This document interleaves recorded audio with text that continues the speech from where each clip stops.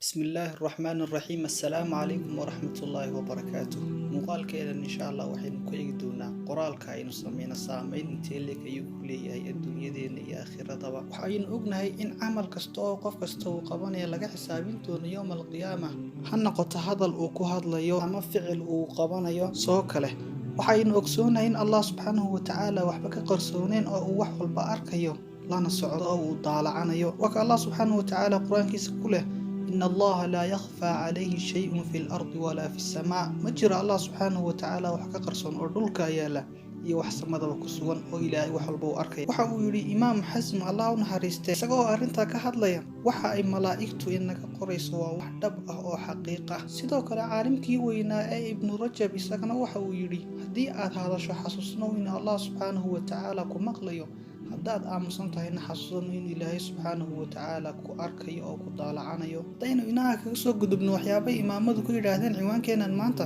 insha allahu tacaala waxaan isla eegi doonaa nin gabiya ah oo gabay tiriyey isagana waxa uu yidhi gabayagaasina waxa uu yidhi wamaa min kaatibin ilaa sayafnaa wayabqa dahra maa katabat yadaahu falaa taktub bikafika gayra shayin yasurruka fi lqiyaamati an taraahu nin wax qoraay ma jira ilaa haddii uu jiro wuu baabi'i doona oo wuu dhiman doonaa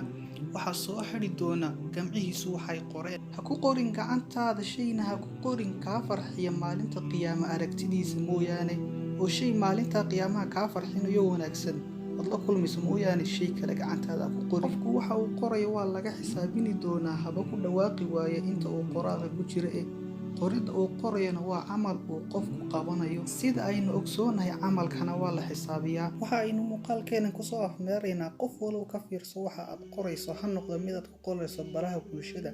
ama ha noqdo mid aad ku qorayso hana isku qorin shay ku farax geliya maalinta qiyaamo mooyaane kala isku qorin inahaas ayaynu barnaamijkeena kusoo koobaynaa insha allahu tacaala assalaamu calaykum waraxmatullaahi wabarakaatu